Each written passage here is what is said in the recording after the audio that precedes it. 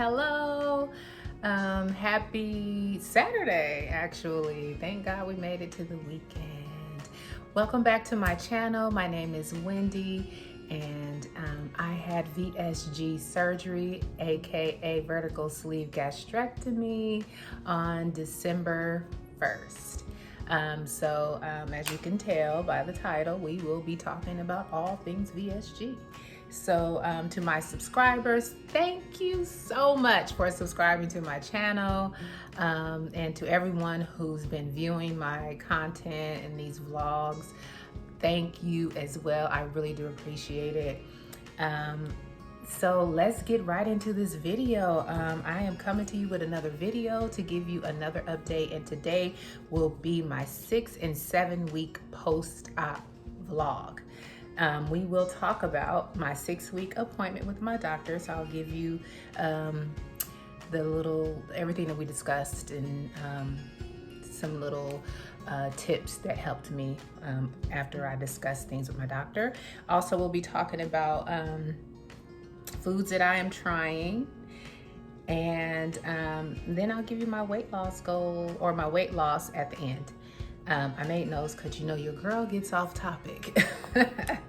So let's get into it. So at my 6-week appointment with, it was actually with the doctor, and then following that I had to talk with the dietitian. It was great. It was like a group appointment, and it was very informative.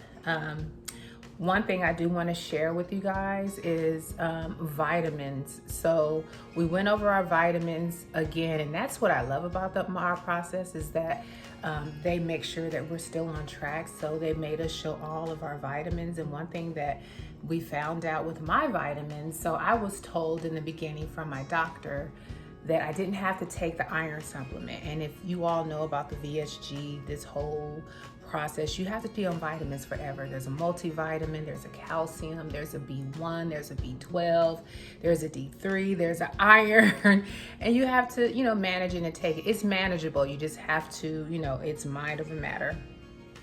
So one thing I discovered is that since I don't have a menstrual cycle anymore, due to I had a partial hysterectomy, my doctor originally told me that I didn't have to take the iron, and that at my 6 months checkup that we would do labs, and then we can see if I'm deficient, and then we can go from there to see if I'll need to add it. Talk to the nutrition or the dietitian at my 6-week appointment, and she said, oh no, I want you to start taking the iron supplement. She told me just to get on the smaller dosage and only take it 1 day a week. She said, because we don't want you deficient in anything. That was her words. So I don't know if your doctor ever tells you that. I would just have a little deeper conversation. I'm not a doctor. I'm just telling you what my doctor told me, but that was some good information. So I thought I'd share it here. Also, I've been released to exercise with no restrictions. Now, I've told you before that I've been exercising on a treadmill on a low level, low capacity, just keeping it real slow for like 30 minutes a day. But now I've been able to up my regimen, get back on my schedule. And so today I did my workout. I was able to do the elliptical machine, and I felt energized. Oh, it felt so good. That's one thing I do love, even in my heavier stage. I did like to work out. Eating was not the girl's good. That's not my thing. I like good food. So anyway, I was able to work out. It was wonderful. I had a wonderful time at the gym doing the elliptical machine, and then I did the stair climber, and I was able to lift some weights.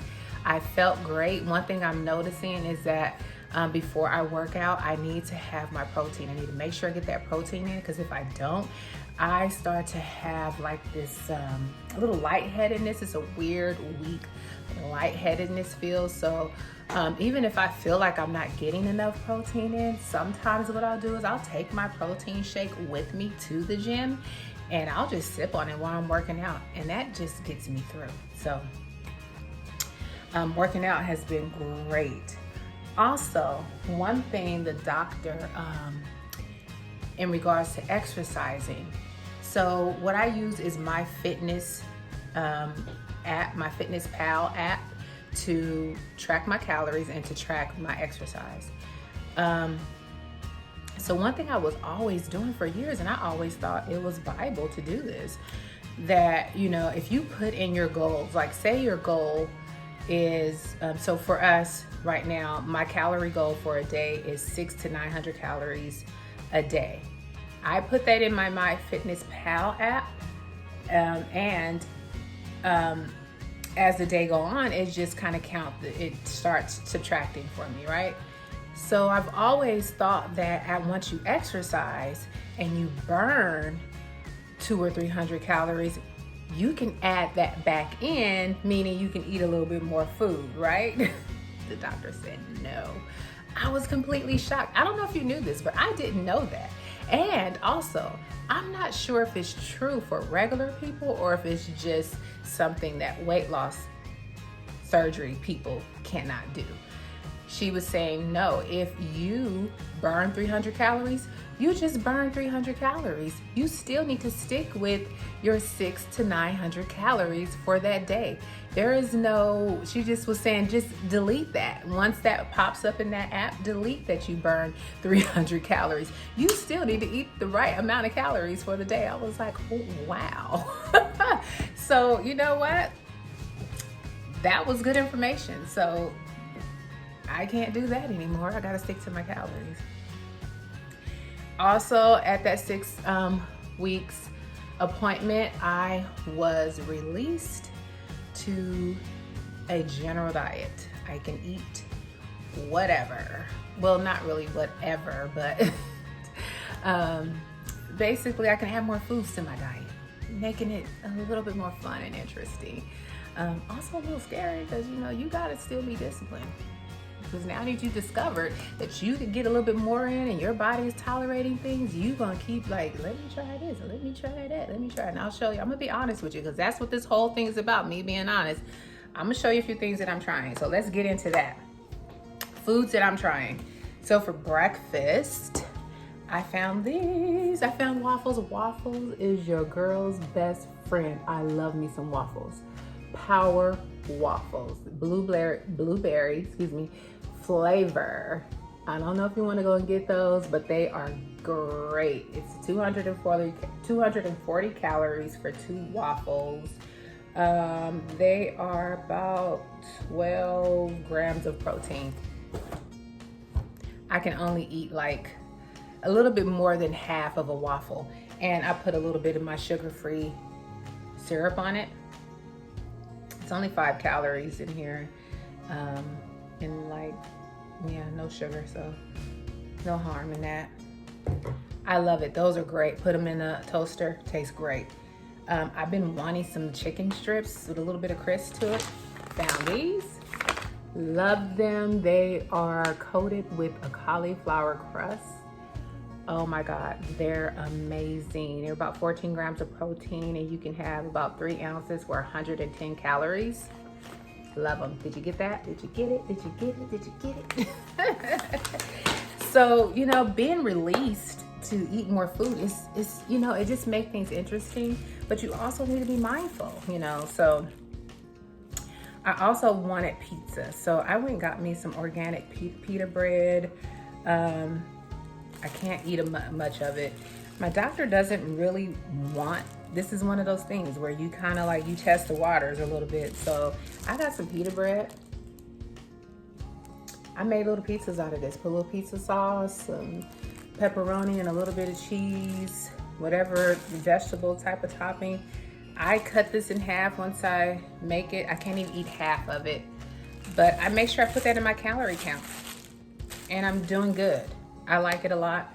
I'm also a tortilla girl. Your girl wanted some tortillas, so found me some low carb tortillas. Though these are, I mean, you can't even taste the difference. They're so freaking good. Did you guys get that? I want you to get that.